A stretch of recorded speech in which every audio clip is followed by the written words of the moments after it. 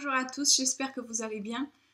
La semaine qui commence ce lundi, le 19 août, aura la lune en Sagittaire et j'espère que cela pourra nous inciter à aller vers une réflexion sur notre devenir, car nous avons toujours aussi le trigone, bien sûr, entre Jupiter et Neptune, dont je vous parlais la semaine dernière, qui nous fait baigner toujours dans ces énergies, nous donnant la possibilité de voir plus loin, de laisser grandir en nous le besoin d'expérimenter d'autres territoires, qu'ils soient intérieurs ou extérieurs.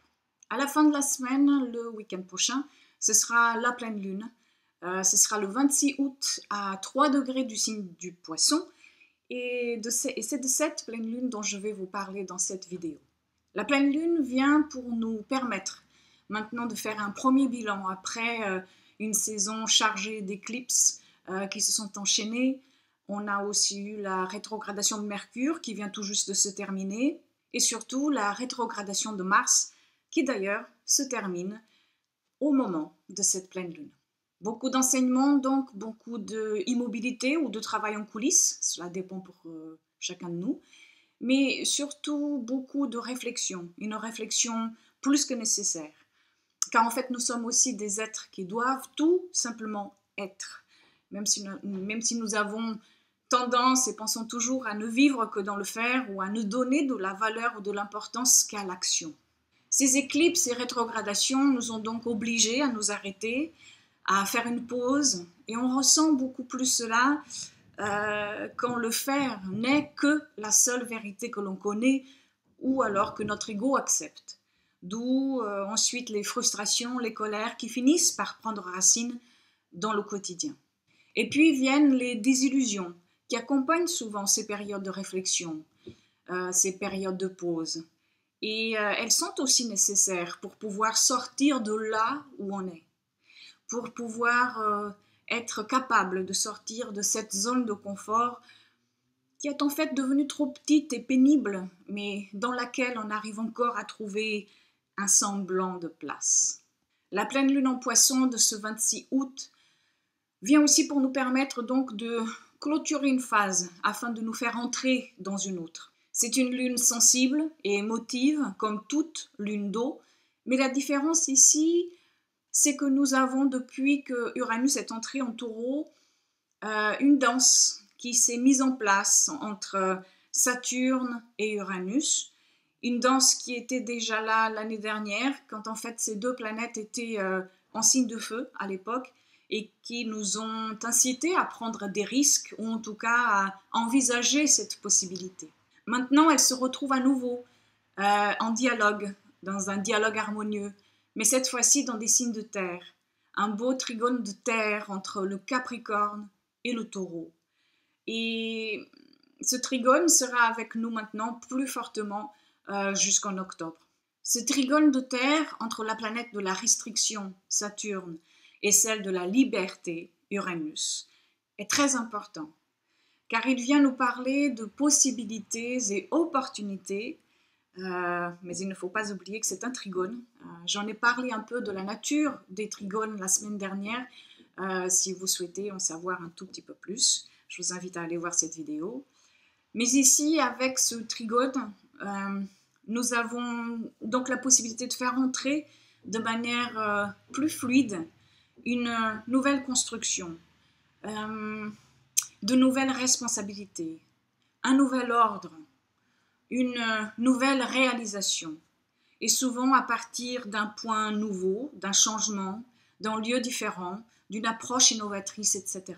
Donc cet aspect va être activé par la pleine lune, parce que le soleil et la lune vont se placer exactement au milieu de cet alignement, déployant ainsi ce que l'on appelle en astrologie un grand trigone de terre, tout d'abord, avec le soleil, et puis une autre figure appelée un cerf volant, et qui aura comme point d'action le seul aspect dynamisant de cette figure, c'est-à-dire l'opposition que vous verrez ici entre le soleil et la lune dans l'axe Vierge-Poisson. Les énergies des trigones sextiles, et ici d'un cerf volant, peuvent passer parfois totalement inaperçues. Il nous faut nous éveiller au potentiel qu'elles représentent. Alors je vous invite à chercher le premier décan de l'axe Vierge-Poisson dans votre thème pour voir là où l'activation de cette lune et de ce grand trigone de terre et de ce cerf-volant se fait. Ici, la terre et l'eau se mélangent pour nous donner la possibilité d'accéder à une nouvelle forme.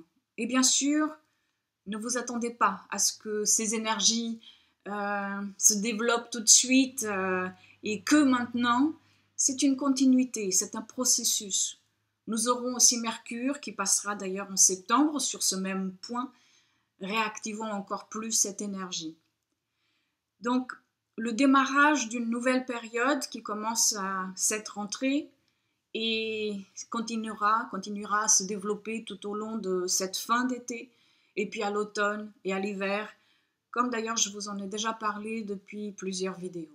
Nous aurons cet automne Vénus qui rétrogradera aussi et qui va être le point final de toutes ces nouvelles formes que nous sommes en train de ramener dans la lumière. Cela veut dire que cette pleine lune pourra nous apporter vraiment beaucoup de ressentis, beaucoup de leçons, beaucoup d'informations, afin de mieux contacter cette part de nous qui cherche de plus en plus à venir au monde, qui cherche à naître. C'est une lune très réparatrice et constructrice. Pour certains et certaines d'entre nous, ce sera émotionnellement. Pour d'autres, ce sera spirituellement. Pour d'autres, dans le concret, dans la matière. Parce qu'en fait, il y a à la fois ce mélange d'objectivité et d'abstraction qu'il faudra réussir à coordonner. Le trigone entre Uranus et Saturne va certainement nous éveiller à la nécessité de prendre notre envol, prendre notre indépendance, notre autonomie. Et cela viendra donc titiller nos sécurités, nos comportements cristallisés, et ce ne sera pas toujours simple. Mais avec l'aide du trigone, nous avons ici la possibilité de mieux accepter ces changements qui se profilent et qui nous font peur, mais qui seront essentiels pour l'évolution de notre conscience, soit-elle individuelle ou alors collective. Souvent, on reçoit ce dont on a besoin et pas toujours ce que l'on souhaite. Mais nous finissons toujours par en tirer le meilleur de ce que l'on reçoit. C'est une autre façon d'envisager les trigones en transit dans les moments de challenge. Une autre composante de cet aspect, c'est le fait qu'il pourra nous donner la possibilité de travailler sur quelque chose d'unique, de différent ou d'innovateur. Donc, si c'est ce que vous faites déjà, continuez. Et si c'est ce que vous voulez faire, mettez-vous à l'œuvre. Trouvez ne serait-ce qu'une heure par jour pour vous dédier à ce qui vous donne une sensation de liberté constructrice. Vous pourrez d'ailleurs voir des résultats dans un futur proche. Nous avons avec ces deux planètes en harmonie la persévérance et la créativité ensemble. Quand la maturité et l'organisation sont acceptées comme des moyens de libération et non pas comme des freins. Avec Uranus, nous touchons aux planètes transpersonnelles et avec Saturne, qui est la dernière des planètes personnelles et interpersonnelles, nous avons donc entre ces deux orbites Chiron, le pont. Et Chiron est au carré de Saturne et dans un quinconce au Soleil. Donc c'est de là qu'il pourra venir le doute ou l'inflation d'un ego trop impatient, ou au contraire d'un ego qui doute de sa capacité à initier. Il y a des blessures liées à l'identité ou alors à l'identification que l'on se fait de soi ou des autres et qu'il faudra et que nous allons avoir des années pour réparer avec ce passage de Chiron au Bélier. Cette pleine lune pourra être plus fortement ressentie par les signes mutables, Gémeaux, Vierge, Sagittaire, Poisson, ou alors si vous avez des planètes, points ou angles au tout début de ces mêmes signes, surtout donc aux alentours de 3 degrés.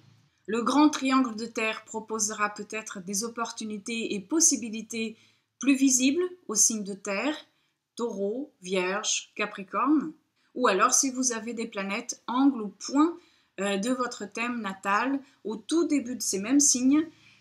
Mais il ne faut pas oublier qu'ici, il faudra prêter attention et construire avec ces opportunités et possibilités qu'il faudra pour certains ou certaines d'entre nous actionner ou alors saisir.